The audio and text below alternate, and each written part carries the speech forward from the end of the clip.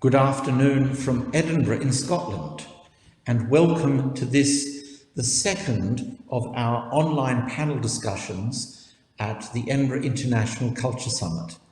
This afternoon, I'm delighted to be joining the Presiding Officer of the Scottish Parliament, Alison Johnstone, what I hope will be a very lively discussion amongst a number of distinguished artists about narratives for change, the power of culture to engage us with the climate emergency.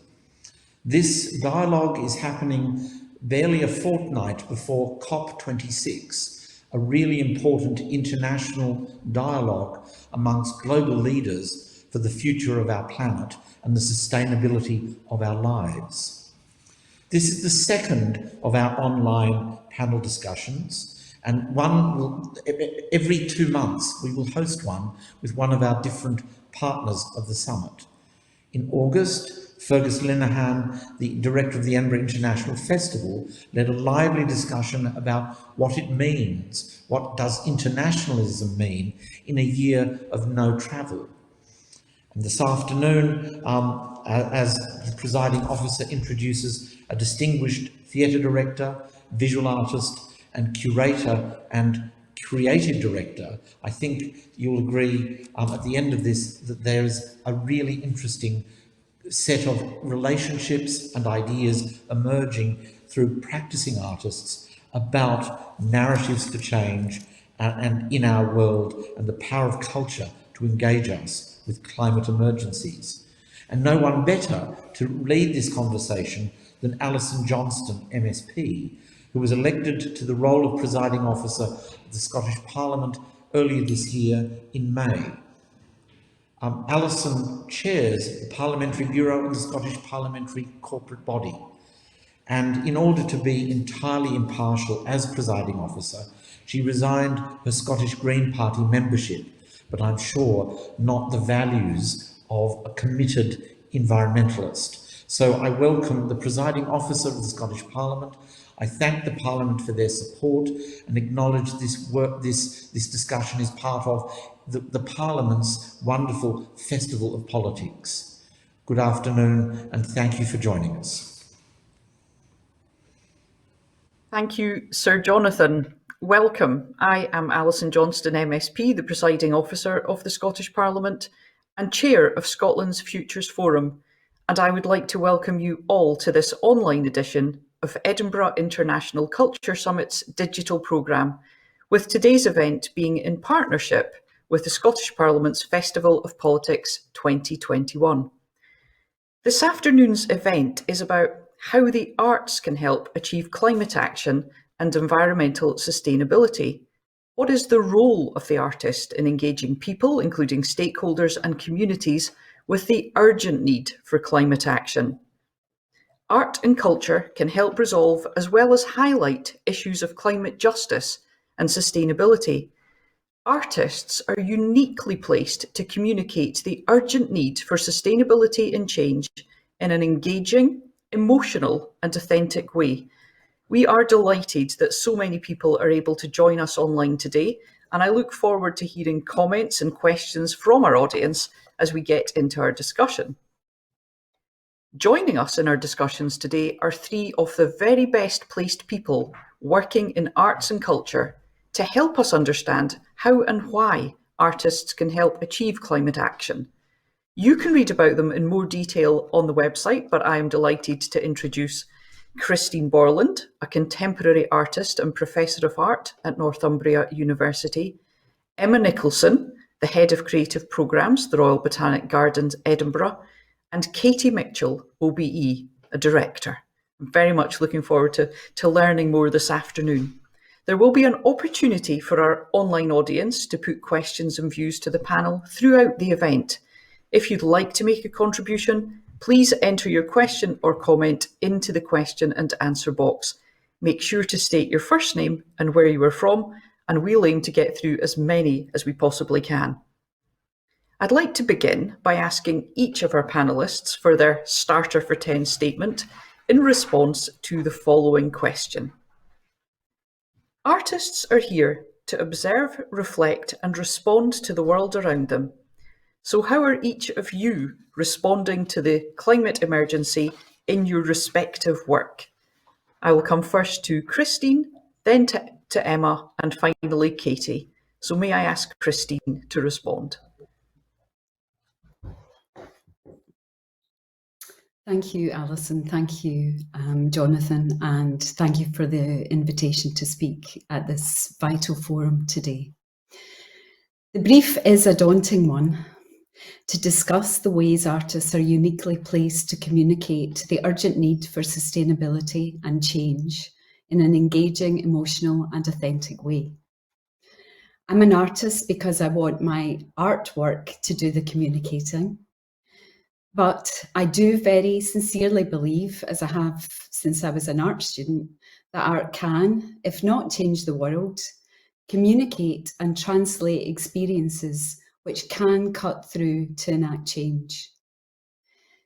The best way for me to describe how is to look at how works come into being through artist practice, by talking about the processes, research, and experiences that go to make the practice out of which the work grows and is sustained. I liked poet Victoria Adichie's description of a practice in relation to ritual. She says, sometimes a practice is less about what is done, but how it's done and how often. Meditation, dance, or prayer 5 times a day are good examples. Each of these is vastly different, and yet all are acts that refuse apathy or meaningless. I wouldn't dream of speaking for all artists, but I think I can confidently say that by engaging in any of the diverse forms of our artistic practice, that we are refusing apathy or meaningless. And in such a precarious profession/vocation as ours, that takes courage. And so much courage is going to be required to engender change and action in relation to the climate crisis. I recently listened open-mouthed to writer and activist Chimamanda Ngozi Adichie address the German government and the worldwide heads of institutions like the British Museum at the Humboldt Foundation Forum. She was speaking on the return of art and cultural property to Africa. Her fundamental message was to act with courage, that courage and hope are intertwined, and that acts of courage create hope in the future. I can't do her words justice, but please do look it up. It's an incredible speech. There are 40 slides running here as I talk. They are a rather hastily assembled bunch of images, which I hope give you a flavour of my practice.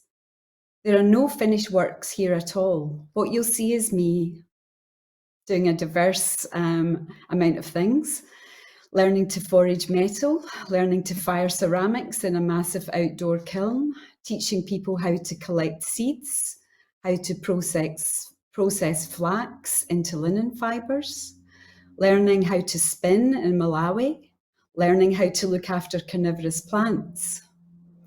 You'll see me in dialogue with or observing the work of experts in anatomy labs, genetics labs, forensic labs, hospital labs, in a conservator's studio, in museums and museum collections, on a bomb disposal site, in teaching suites in medical schools.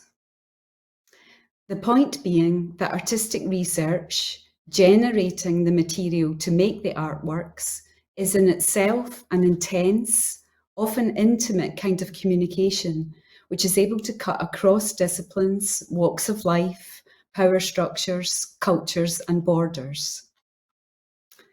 Teaching and learning are fundamental to my artistic practice. Kirsty Lawrence pointed this out in a review for Doris Press about my most recent exhibition at Climate House in the Botanics. Kirsty has said, Borland describes herself repeatedly as a learner, learning how to sow and tend and harvest flax, learning to mix the preservative alcohol for the stems of flax in test tubes, learning to make linen paper, learning about the plant, its history, and the history of RBGE. She is, of course, a teacher, a professor of contemporary art at Northumbria University. And through this work, she taught her collaborators to grow flax. Through the free accompanying publication Field Notes, she, along with the curator Emma Nicolson, is teaching the viewer about the complexities of her, the artist's, processes, ideas, and inspirations. Putting myself in a constant interchangeable state of learner-teacher generates the best conditions to create work, to develop and communicate ideas. This is from an article by Anna Moore, speaking of re-educating ourselves to decolonise the garden, but it could equally be about any of the different axes of power and oppression which intersect with this subject.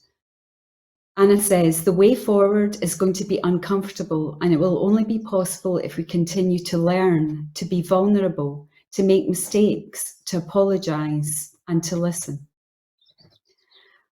I have had a usually lengthy dialogue with each of the 100 or so people in these images about what I want to do, why I'm asking them to help, why I'm asking them to engage with me in my practice, to teach or to learn.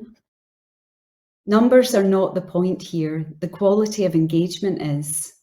But just for fun, if we hope that all of these people talk to one or two friends or family about our work together, and then if you multiply that by my many other projects not represented here, then add it to the number of people who go and see the finished work. A recent figure that we had to record for funders for a project in Kelvin Grove was 750,000. Then that's a lot of evidence that artists are well placed to communicate the urgent need for sustainability and change in an engaging, emotional and authentic way, as asked by the brief. But we do that through our practice. We do it organically, we do it slowly, spreading from the bottom up, building trust one person at a time. I wanted to finish first with a plea on behalf of artists and then with a story which came out of working with medical students, which I hope will more than justify my plea. Funding bodies, government bodies, institutions of all kinds who work with or want to work with artists to highlight issues of climate justice and sustainability. Please don't instrumentalise us or what we do. Please treat us as partners and equals in finding the best ways to deal with this crisis. Please support us in a holistic and sustainable way and create the best conditions for us to work. Please don't make us compete for prize money or jump through hoops to get funding only if we scream buzzwords or shoehorn ourselves into restrictive issue-based criteria. What we can do and what the world needs us to do is to deal with complexity. Let us and our work be complex and support the diversity we need to make an impact and evoke change. That's the plea. And now the story. I spent a number of years working part-time in medical schools running medical humanities modules, where medical students' coursework was integrated with artistic practice of all kinds. For example, looking at the images poetry of William Carlos Williams in relation to writing case notes, and working with me on sculptural projects which looked at, made, and explored sculptural representations of normal and pathological bodies. The visionary head of medical humanities, Alan Bleakley, when he had to provide the justification for this outrageously frivolous activity, put it in terms which were meaningful to me as an artist. I've already said I'm hyper wary of me or my work being used instrumentally. It was meaningful to the managers who were working with the budgets in hospitals. It was meaningful to cynical consultants and to medical students. He proved that when medical students work with artists, the fundamental thing that they learn is to tolerate ambiguity. By experiencing creative mistake-making, they can learn to draw on their own resources to find ways to deal with the absolutely non-textbook needs of patients and their illnesses.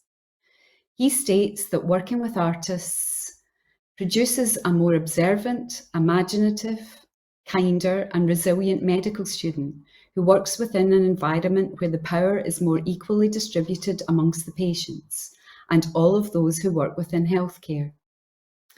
I firmly believe that encounters for everyone and anyone with artists, their practices, their works and exhibitions, communities, or public space can help us find the resources within ourselves to tolerate the ambiguities which are going to arise as we go into a possibly radically different future. I want to finish with just a word on change and hope by the amazing Rebecca Tamas, author of an invaluable book of essays on the human and non-human. Speaking on equality and redistribution of wealth, Rebecca states, "We human beings love comfort, and such a radically different world may not be as comfortable as we in the West currently experience.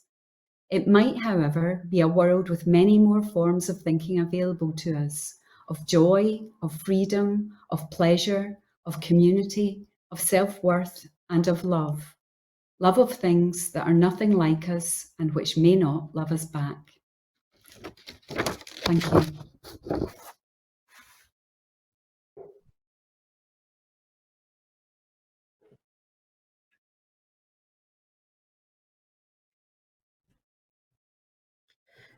Thank you very much indeed, Christine. I thoroughly enjoyed that. There's a lot to learn there. Your work is obviously incredibly diverse, and you're working in such a huge range of different places and spaces.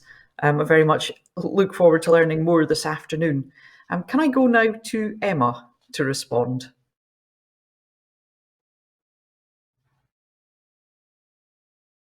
Thank you everyone for inviting me here this afternoon, and it's wonderful to kind of segue from Christine's beautiful presentation that really kind of exemplifies the work that we hope to do at the Royal Botanic Gardens, Edinburgh. And as you see, she recently closed a magical exhibition with us.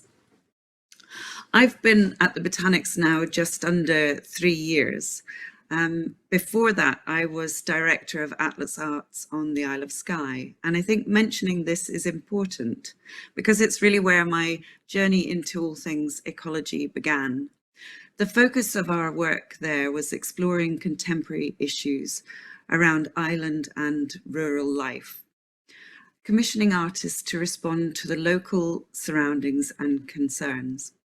A key commission during that time was with artistic duo Cooking Sections, currently nominated for the Turner Prize for their project on Skye. And it was their Climavore concept, a campaign to transform the way we eat, not so much eating with the traditional seasons, but rather eating according to the climatic conditions that we find ourselves in. Their work in Skye challenged us to think about the condition of the aquaculture around the island and biodiversity loss, and how we might regenerate our marine environment through growing and eating seaweeds and bivalves as an alternative to the farmed fish that surrounds them. This deep engagement with ecology and the climate crisis led me to move to the Royal Botanic Garden, Edinburgh, where I lead on the visual arts strategy, looking at both curation, commissioning, and working with artists to explore topics of both social and environmental importance. My first task here has been to reimagine our arts programme in relation to the Garden's mission, the climate emergency and biodiversity crisis. In the summer of 2022, at the height of the pandemic, we were fortunate to be awarded the Outset Transformation Grant to turn our beloved gallery in Inverleith House into Climate House, an institute for ecology at the Edge. We were jointly awarded the grant with the Serpentine Gallery, and building on their Back to Earth proposal and general ecology programme, we have gone on to collaborate and to create the General Ecology Network. The promise of Climate House is that through our proximity to the world of plants, the richness of botanical scholarship at RBGE, and our incredible global networks, we can rethink the role of an arts institution in the age of climate crisis. Through Climate House, we are developing an artistic programme where artists have time to engage with the science and the horticultural resources here in our gardens. There are many different elements to the programme about to emerge, and some artists, for example, are talking to scientists about forests and future woodlands and working in the cairngorms. And that will manifest in an exhibition next summer, while others are talking to groups around the growing of food and food sovereignty. Primarily, we are here for our audiences, and so our work is about highlighting the work that we do in new and engaging ways with those audiences. Through Climate House, we want to create an intimate home for art in the heart of the Botanics, where people can engage with art that speaks to today's pressing concerns, but in a generous and attentive way. Art that will prompt discussion, education, engagement, and move minds around these important issues. Through our work, we want to help people feel more connected to the natural world, and maybe to stimulate positive action within their own personal lives.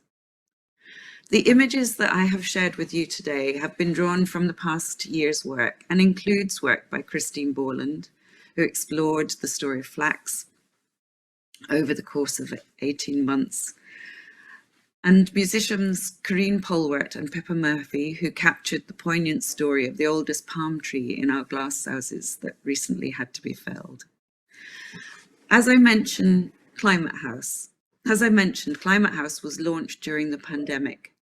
Suddenly facing a time of many challenges and uncertainty, the project became a symbol of urgent rethinking, now being demanded more widely within the organisation. Staff were reminded of how restorative and healing the garden could be for visitors, as a space for well-being, rejuvenation, contemplation of nature.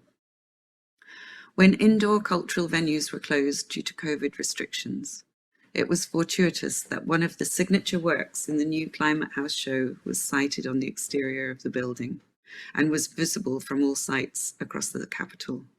The 10-metre-high sculpture, a giant inflatable golden monkey by Lisa Rowett, Australian artist, was one of a series of public installations depicting a newly discovered yet endangered species of primate, the snub-nosed monkey. The work could be appreciated on many levels: delightful, impressive, Instagrammable, but also extremely sobering. Finally, in the autumn, Inverleith House was able to reopen to the public, marking its transformation into Climate House, with Florilegium, a gathering of flowers. The exhibition included works by contemporary artists Lee Ming-wei, Annalee Davis, Wendy McMurdo, and together their works explored the symbolism within plants, themes of health and well-being, death, isolation, and colonialism. We know that climate change will disproportionately affect people from lower economic social backgrounds. And through our programme, we want to welcome young people, those whose voices are less heard, and through the creation of a social context within which to engage and learn about art, ecology, science, and the world of plants. During COP26, Climate House is going on the road and will present The Encampment of Eternal Hope, an artwork by artists Walker and Bromwich. The immersive sculptural environment will be a hub for events that will amplify Indigenous voices, encourage critical thinking, and facilitate exchange with local communities, artists, activists, and schools about the climate emergency. Set in Glasgow's vast former fish market, it will provide an open space to consider how we can live more sustainably. The building will be filled with playful, inflatable, oversized flowers and advocate a new space for connecting and contemplating nature. The encampment will be brought to life through a programme of discussions, film screenings, workshops and events to amplify these Indigenous voices that we have been connecting with over the past year and make their connection with communities in Scotland and beyond. Our work is guided by our belief in the capacity of art to change and enhance the way we think about and interact with the world, and our challenge to build emotional connection to difficult topics such as climate emergency. Thank you so much, Emma. I thoroughly enjoyed your contribution. I think there was a real focus there on collaboration and communication.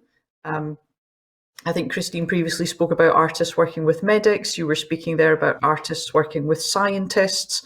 And I think, there's a real focus there on how this collaboration with the arts can help us all understand the complex crises we face, as well as the solutions. I'm delighted now to move on, and we're now going to hear from Katie Mitchell OBE.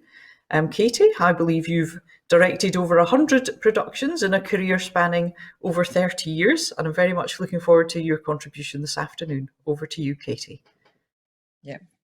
Thank you very much, Alison, and thank you also to Emma and Christine. It's a real privilege to engage with the thinking about the work that you're both making. When I'm thinking about what artists can do, I can't sort of separate out being a citizen, being a private individual, and being an artist. So I just thought that the first thing that it would be useful to talk about is action in relationship to those three categories. So I think it's really important for all artists to remember that they also are citizens, and it's very useful to take the action that all citizens can take to lobby governments and MPs to make necessary changes to reduce global warming and limit CO2 emissions. And then I think it's essential, as we all know, but again, it's really worth restating these things, to act as private individuals as well, to insulate our homes, to reduce meat consumption, move to electric cars, stop or reduce flying. I myself haven't flown now for 9 years, which has been spectacularly exciting and really contributed to a whole different way of thinking about time, because all my travelling happens at the fastest I go is in a train, which I think Gandhi said was the fastest the soul can cope with. And then, of course, as an artist, a member of a larger cultural sector and community, I think it's really essential to join together to discuss what we can do on our stages or in our galleries or in our botanical gardens, and particularly in the performance sector, to work out what we do behind the scenes and what we also do on our stages. And all of these conversations about what we do on our stages and what we do behind the scenes, they have to be intersectional, which means we can't really separate out the environmental question from questions of class, race, feminism, colonialism, gender identity.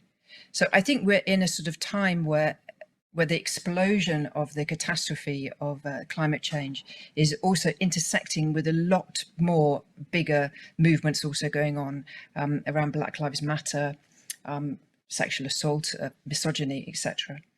So maybe I just want to stop off and explain a little bit about my journey as an artist in relationship to climate change. So in 2012, I met a scientist called Stephen Emmett. It was part of an initiative at the National Theatre to look for relationships between theatre practitioners and scientists. And really, I didn't know very much about what was going on with climate change.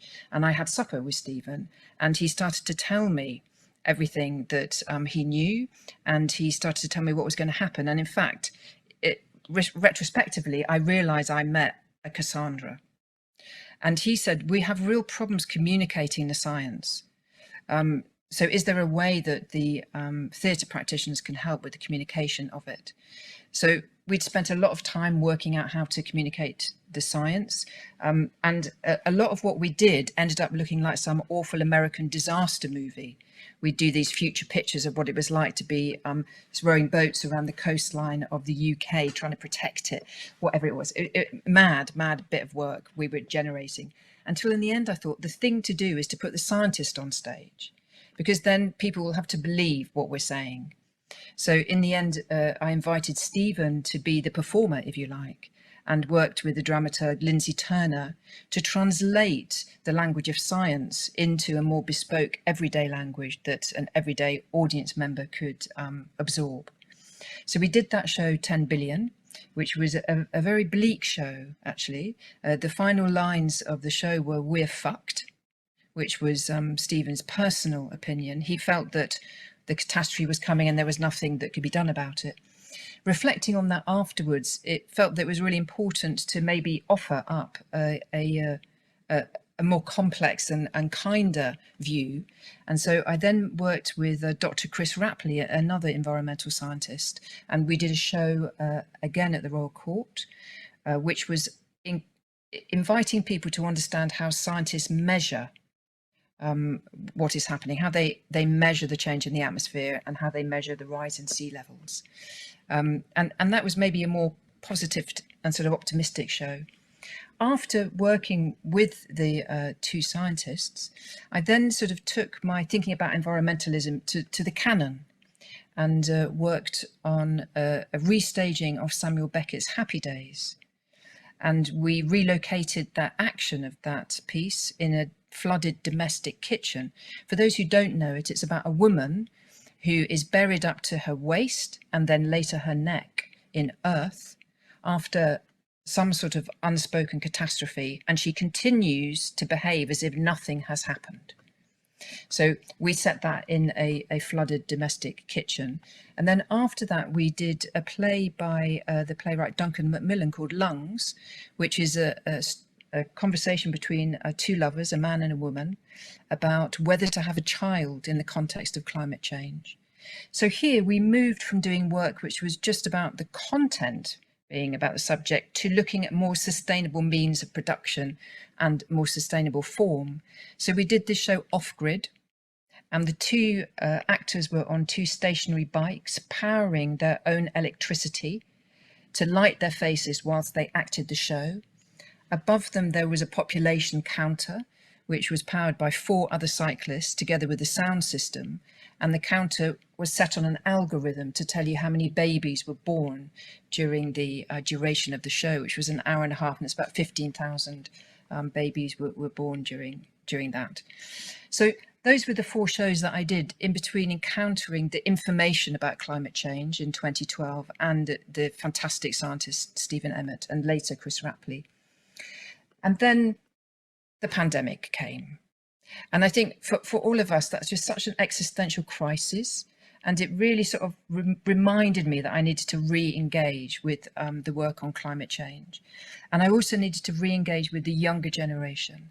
And I felt very strongly, I have a 15-year-old daughter, I teach lots of young people, I felt a huge duty of care as a member of a generation who had fucked up, to somehow put something back in to that generation. So I did a lot of teaching, but I also did a lot of thinking. And I thought, how can we look at what's happening as artists and invite in new ways of making theatre? So turning this catastrophe into some sort of creative advantage. Anyway, so I then worked with the trans writer, Chris Bush, on a piece called Not the End of the World, which was at the Schaubühne in Berlin. This was a piece that was off-grid, powered by 2 women cycling, and it looked at the intersection between race, ecology, and feminism. That, in fact, was in August. And then I did a new show called A Play for the Living at a Time of Extinction at the Vidi Theatre in Lausanne. And this theatre is doing a huge programme of sustainable work. Again, we took the show off-grid. We did that on 150 watts with 1 performer. And this show is going to be a radical experiment in touring. So it's a show that's going to tour, but no people or materials are going to move between the venues. So that all that will be sent to the different venues will be an email with the script and certain parameters. For example, the performer must be a performer of colour, if possible. You can only use 150 watts. You must show as part of the performance the generation of the electricity. So we did those 2 shows. And now thinking forwards, I'm thinking to investigate maybe an opera with 30 female cyclists powering the electricity for an orchestra of 200 and the staging of the whole show at the London Coliseum, maybe Tosca.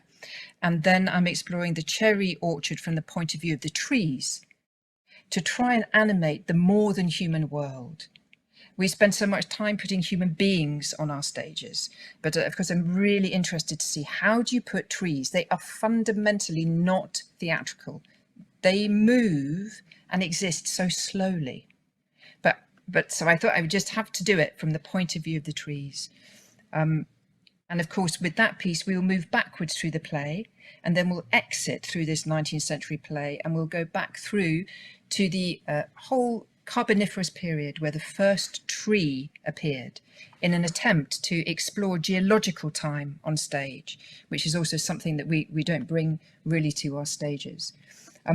So that's my story, but let's put my story in the bigger context of lots of other initiatives that I think are going on at the moment in Europe and the UK. So of course, to name a few, in the UK there is the brilliant Green Book, which is a new handbook, which is an industry-wide overhaul of our practice to make all theatre practice more sustainable.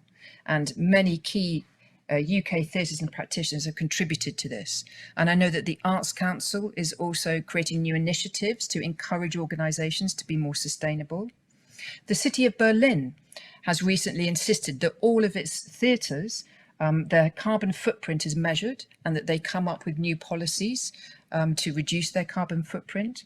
In Switzerland, I talked about Vidi Theatre, which is the main theatre, running a huge programme called Sustainable Theatre, of which my touring production was one thing, in conjunction with the Climate Change Department of Lausanne University. And then in NT Ghent in Belgium, a very radical house in Europe, has a new sustainability initiative, encouraging their audiences to reduce the carbon footprint of their journey to the theatre and to read their programmes online. But also they've established something called Green Track, which is an organisation whose mission is to reduce the ecological footprint of the cultural sector. And they already have 54 organisations joined up internationally. Internally, they have established an eco team, which means that each production has to encounter the eco team so that their work is made in conversation with ecological concerns. They're also renovating their infrastructure and their building to make it more sustainable. So we know that there are many, many initiatives going on, and it is a time of despair and opportunity. So when I'm thinking forward to the future, I ask myself, what do we need to do as an artistic community? So as individual artists, I think it's really important to encourage the organisations that we are working for to be more sustainable. And then we need to ensure that our working practice in each production is also sustainable. And take compromises, reduce and celebrate the reduction, I think. And the other thing that's really important, and maybe this has a bit of a conversation, I think, with some of the issues that Christine was covering in her brilliant statement. But theatre making and culture in general is a sector that deals with existential issues. The existential issues about what it is to be human. So this is really essential for climate change, because one of the main problems is how do people face, absorb, process, live with and convert their absorption into right action? How do we cope with the overwhelming emotions that climate change generates? And I think that culture and particularly theatre has an amazing role, I think, to play. We need to find new stories. We need to find new modes of performance, and we need to have a new sustainability about how we make our work. And in doing this, we need to help our audiences process what is happening and work their way through what is now an existential hinterland. That's what climate change is. It's devastating and difficult. So obviously for all the artistic community, I know, talking to many of my colleagues, we all feel that it's a very brutal time, particularly for the younger generation, who again, I'm really keen to put at the centre of the conversation, the voices of the people, the young people who are going to walk into the future. But I do think if we can be constructive about it, that it's an opportunity for a radical rethink of what we make, how we make it, who makes it, the means of production, and who we make the work for. It's also, as I've said, a time for reduction, but not a return to the poor theatre aesthetic of Peter Brook's Empty Space, but a time for working how to be more creative with less. So for me, I really love this, a fantastic French writer called Marguerite Yourcenar, and she wrote this brilliant book called The Memoirs of Hadrian, fantastic book. And at the centre of it, she talks about what happens when there is a catastrophe or difficulty. And she says, always look for the advantage. So for me, I'm searching for the advantage. And I'm also searching for new stories to deal with the existential crises that we are all living through. And I'd like you to notice that in the background, you're going to hear pop music from two 15-year-olds who are having a very nice time this afternoon, free of these concerns. So I'm sorry for that, but I'm also joyful that they're free of the concerns. Thank you very much. Thank you very much indeed, Katie. I think there you were speaking about, well, you covered a lot of ground, for which I'm very grateful, about the ability, I think, of art to transfer that scientific message. I think as well, at the time of COVID-19 pandemic, we've become far more used to hearing directly from public health experts, for example.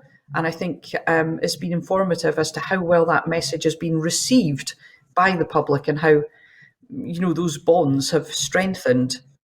I will also just flag up, you spoke about Chris Rapley, and I'm going to give a little post here for the book that he wrote with Duncan Macmillan, the art historian, The World We'll Leave Our Grandchildren 2071. That is, it just happens to be another little green book to which I refer constantly, and it really gets across some of these complex issues, actually with a lot of photos, which is really helpful for. Yeah, I suppose what I'm getting onto here is actually a question I'm just going to put to you in a minute. And that's about the ability of art and pictures and words to get across sometimes what statistics can fail to do. So can I put a question to our three panellists? And that is, does the cultural world have an edge on the world of cold science and statistics? Because culture can engender an emotional response in people that can power them on to action in a way that perhaps statistics can't. Can I put that first to Emma, and then to Christine, and then to Katie? And I'm very conscious of time, so brief responses would be appreciated. So over to Emma first. Thank you, Alison. That's an interesting question. I think, well, it immediately springs to mind a work that we'll be launching next year, where a group of artists have taken some statistical information that we have around the collection, particularly of plants at risk, and turned that into a digital artwork. I think for me, it's really important that that the art and the science, there's an equity there, and that art isn't used in any way to kind of support the science, that there needs to be a kind of a conversation between the two fields. This intersection is really important. So it's art needs to take it beyond illustration of facts and numbers and statistics, and that's what we're working to do with our kind of commissions. I don't know if anyone else wants to jump in with any thoughts on that. Yes, I think it's always hard to deal with these kind of black and white questions and issues, because I think a lot of, well, what artists are trying to do are find these kind of spaces in between, to work between disciplines. Well, I'm maybe just speaking for myself. Thank you. Thanks, Emma. Shall I just repeat? Sorry, I don't think my mic was on there. What I was going to say was these very kind of rigid splits between art and science, for example, are hard to respond to, because I think in my case anyway, what I'm trying to do is find ways to work between the two. And I'd very much support Emma in saying that, you know, it's important that art does not have a supporting role. I think I went on about that enough in my presentation, that there needs to be a kind of equality there in the dialogue. And I've become very happy to start using the term negotiate when I'm thinking about my relationships with scientists, working with scientists, and to find a place and a space and a means to negotiate is one of the fundamental sort of reasons for me to be an artist, and to try to, you know, take what is generated within these negotiations, you know, forward into generating the artworks. So it's also important to remember that some artists love to deal with statistics. Some artists present works in a very clinical and cool way, and, you know, that's allowed as well. Emotional content is a very difficult thing to kind of describe, but it certainly shouldn't be prescribed. Thank you. Thank you. Thanks very much, Christine. Over to Katie for your views, Katie. Yeah, thank you very much. For me, my journey started having relationships with scientists and working out how to communicate statistics. But I think that was 9 years ago, when the statistics were not absorbed, if you like. So as time has passed, I've realized that just the supporting to communicate statistics and information probably isn't what's necessary now. Maybe what's necessary is help with the processing of the statistics and the enormous emotions that are attached to it.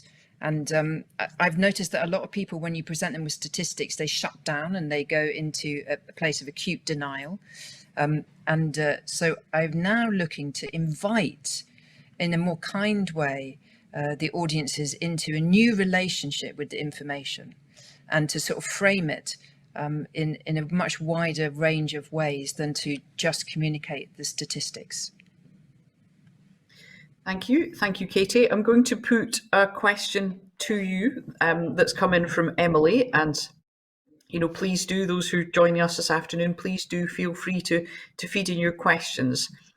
Emily says, I'm interested in thinking about the individual and group mentality that Katie touched upon. How can the message and values behind our collective work reach a mass audience in your particular art form? I'll put that to Christine first, if I may.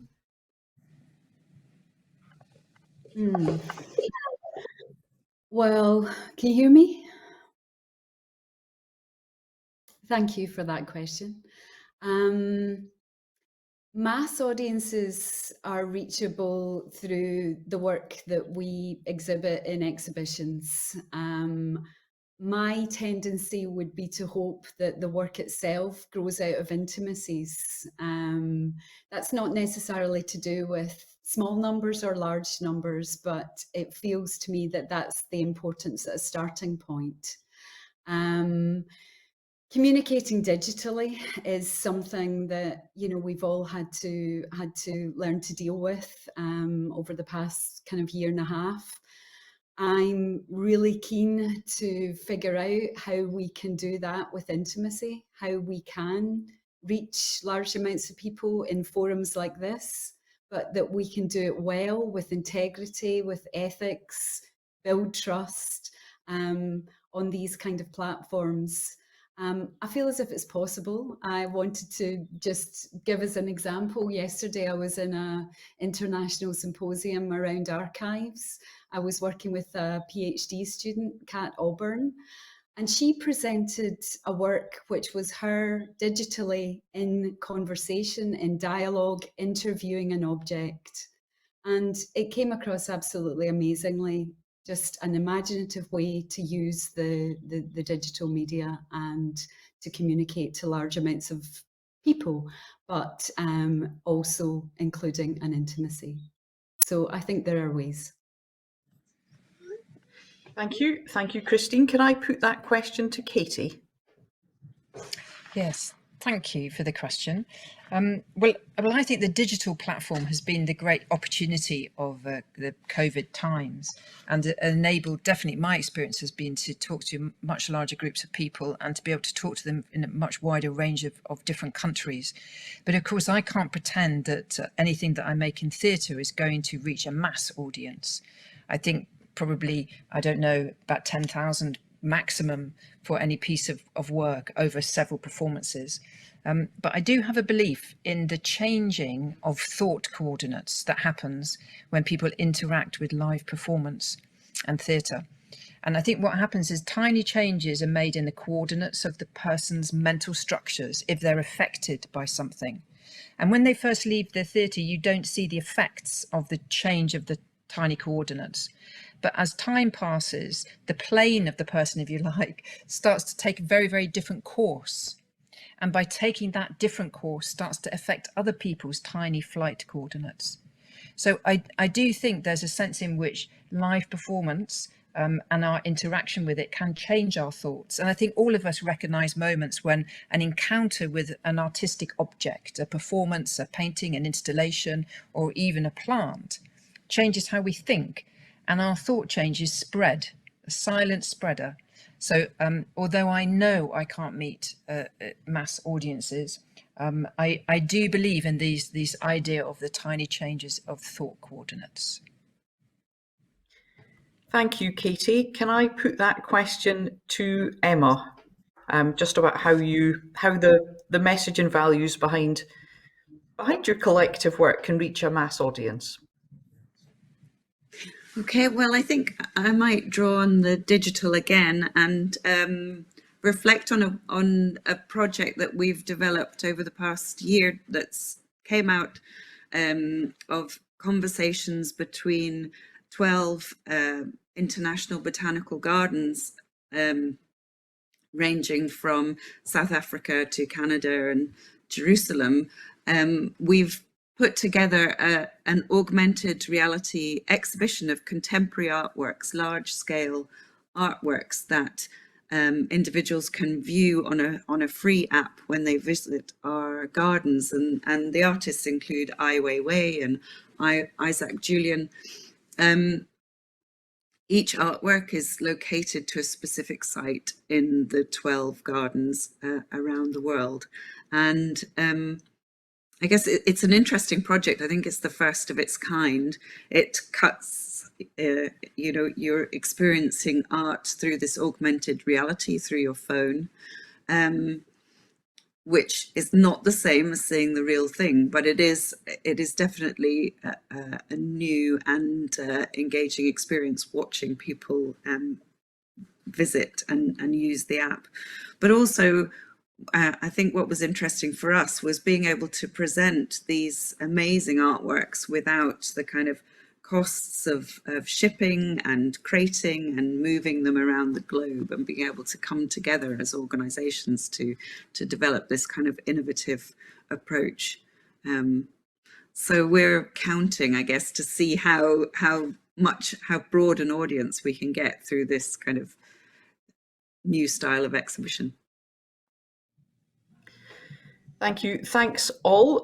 You will appreciate that, I suppose, globally, parliaments and governments are measuring the impact of their policies, whether carbon is indeed reducing and what impact the policies are having. And Richard is asking, how can you as artists measure your effectiveness? How can you measure the impact that you're having on the change that we need to see? Can I put that question to Katie? Gosh, Richard, that's such a difficult question. All I would say was that I'm not sure that we can measure our impact, but we can definitely measure what the process is. So when the Swiss project that I worked on recently, we actually measured as best as possible the whole footprint of the process. So even our Zoom calls, we sort of notated them down. In fact, all the Zoom calls for the year where we planned the project were all recorded and notated, as were anyone's journey, any movement, any use of materials, even letters being sent, things like that. So I'm not sure that we can yet get to the point of sort of measuring impact and reduction. But we can definitely start to measure our processes. Do you see what I mean? And really interrogate our processes first. I think that's our first step. And there are practitioners who are looking to measure the impact, but that's not my speciality. Thank you very much, Katie. Can I put that question to Emma?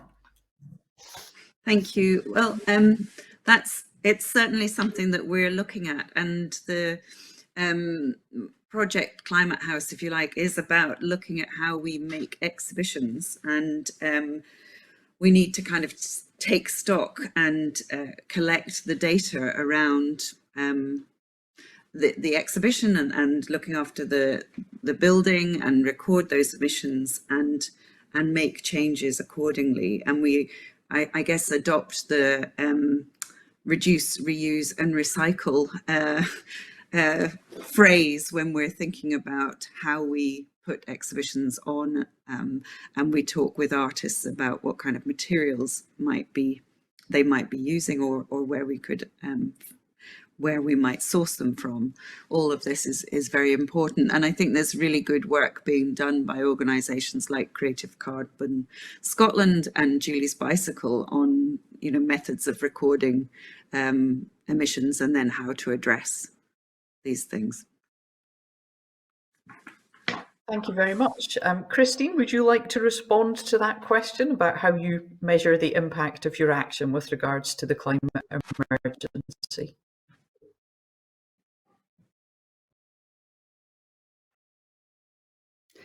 Thank you for the question. I don't have any measurements to hand. I think each individual artist has their own ethical framework within which they make work, and sustainability and our impact on the environment is, a huge part of that. I know for many artists, we had to try different ways of making art during the pandemic. Many artists like me were preparing postponed shows, but we didn't have access to the facilities or the materials that we normally use. So we maybe experimented with different ways of producing. In my case, I went and dug up clay from the beach and fired it in my garden. I don't have the statistics about whether that was more sustainable than working with the kind of production facility I would normally have, but it was a really interesting and meaningful experiment. We need organisations to work with us. Artists need exhibition spaces, galleries and institutions to work with us on that. Artists are not, generally speaking, I don't think, they wouldn't feel they have the agency to go with a set of demands to a gallery if they are offered an exhibition. Again, I think help artists and you'll help everyone in this respect. I know that there are some groups doing incredible work, and I just wanted to give a huge shout out to the Sculpture Placement Group. They're a new organisation who are doing great work with sustainability, and they believe that there should be a 10-year legacy plan for commissioning new work for exhibitions. There is an absolutely heart in the boots moment when one's exhibition has to come back, from a gallery into your shed, skip, wherever it is. We need help with that.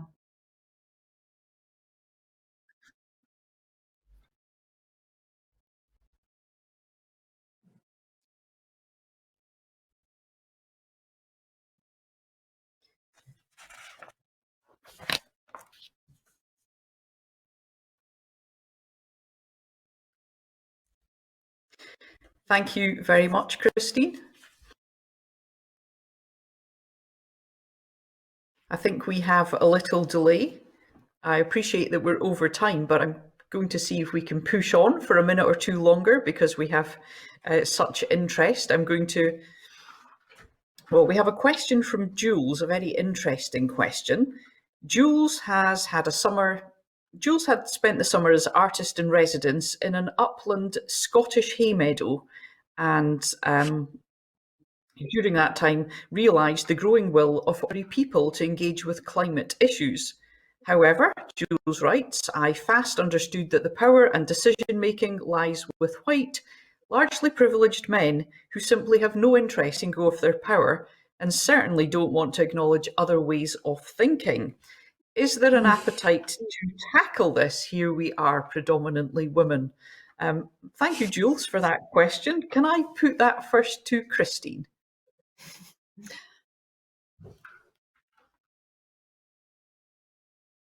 Yes, there's an enormous appetite to challenge that in every sector that I'm working in education, in exhibitions, with other artists. When I work with people in communities in all walks of life and disciplines, I think it's absolutely fundamental to hear other voices in order that we can deal with the complexity of the crisis that's in front of us. And I hope the arts community will be able to lead the way, and will be supported to lead the way in doing that.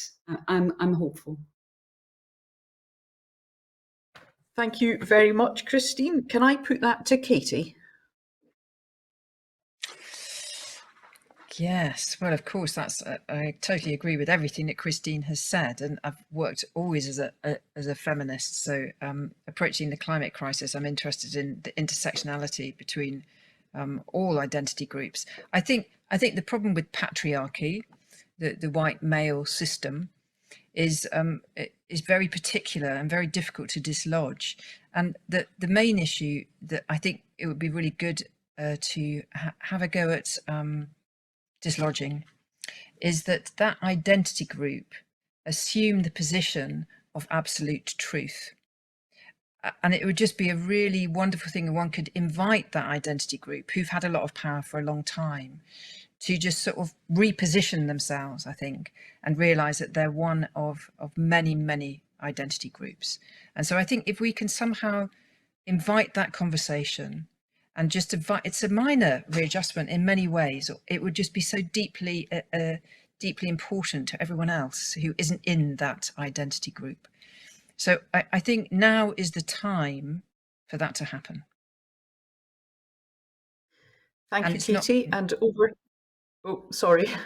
You content to leave it there, Katie? I know this is. We could probably spend another hour on this question alone. Can I ask Emma for your views, please? Thank you for the question. And again, I agree with Katie and Christine in all that they've said. And I think that intersectional conversation is so important, and that kind of sharing. And the Botanics perhaps represents, you know, in its history, some of what we're talking about. And I think that inviting artists in to excavate through, you know, look through our archives and look at the kind of men of science, perhaps, that have led the organisation in the past. We have a way of critiquing and drawing out the conversation with a more contemporary approach. Yeah, I think it's really, really important, and I think Katie expressed it really well at the beginning of this conversation. Thank you. I'll leave thank it you all for your. Thanks, Emma. I think before we close, and we're going to close very soon, but I'd like to give each of our panelists 1 minute. This always happens to politicians in hustings, and it's quite nice to be on this end of this. So I'd like to give you all 1 minute to sum up the key points that's been raised in our discussion today. I'm going to start with Emma, then move to Christine, and then to Katie. Emma.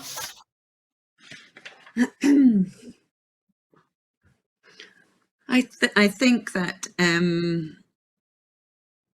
I think everyone has kind of voiced how urgent and necessary it is for everyone to be addressing the climate emergency, and that artists have this incredible capacity to open up really complex ideas and issues and invite people into that conversation. And that really it's our duty in thinking about the future generations that we tackle this now, and that everyone embraces the need and urgency to take small actions, small or large actions, to prevent any future kind of catastrophe. That's a bit. Thanks, Emma. Thank you. Oh, thank you, Emma. Thanks very much indeed. So over to Christine now, if you could sum up the key point for you in today's discussion.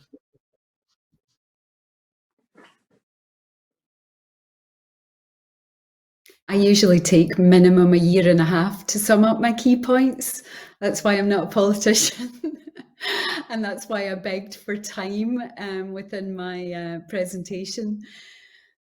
Please support artists to do what they're doing, to keep doing what they're doing, to have a sustainable and complex practice which cuts across disciplines, which is as diverse as possible. And yes, institutions, please, help work beside us and with us to lead the way in these vital communications through our art with the public and with other experts, including scientists. We can find ways through our practices to work together, and please have our backs. Thank you, Christine. And now, finally, Katie, the key points for you from our discussion this afternoon. Cool. Thank you. So the key points for me are that art deals with complexity, ambiguity, and the existential. And we really, really need those things to be addressed by the artistic community, because there are no other institutions that can offer support for those matters of being human. The arts are intersectional, and that's a really, really important matter. And the artists tend to be really, really able to flourish in an intersectional way, and that's a huge strength of the whole cultural sector. All art forms at the moment will need to come up with new modes of practice, and we also need to build new producing systems, whether that's galleries or theatres or botanical gardens, whatever it is. We need to look at our systems, because our systems are built to suit a very small, a sort of narrow identity group, a patriarchal identity group. I think science and the arts can work together, but maybe we can all have different types of relationships. But I think it's really important, that conversation between science and the arts, whatever form it takes. And then the final thing is, I think it's really important to have these forums and to have these conversations, because I think artists can do a lot of intellectual heavy lifting about the complex and the difficult related to the big problem of climate change. And I think they can definitely offer some unexpected frames and unexpected insights to help guide people through these turbulent times. Thank you very much indeed, Katie. I know that I've learned a great deal this afternoon, and I'm sure all those joining us online have really enjoyed an inspiring and thought-provoking discussion. Thank you all for your contributions. We must end there. I'd like to thank everyone who's joined us online today. And on behalf of the Scottish Parliament's Festival of Politics, I would like to thank the Edinburgh International Culture Summit's digital programme for bringing this event to your screens. I would particularly like to thank our panellists, Christine Borland, Emma Nicolson, and Katie Mitchell OBE, for giving up their time to take part. And can I take this opportunity to remind everyone watching that the Festival of Politics continues online until Sunday, the 24th of October. You can find full details at festivalofpolitics.scot, and I do hope you can join us again. Thank you all.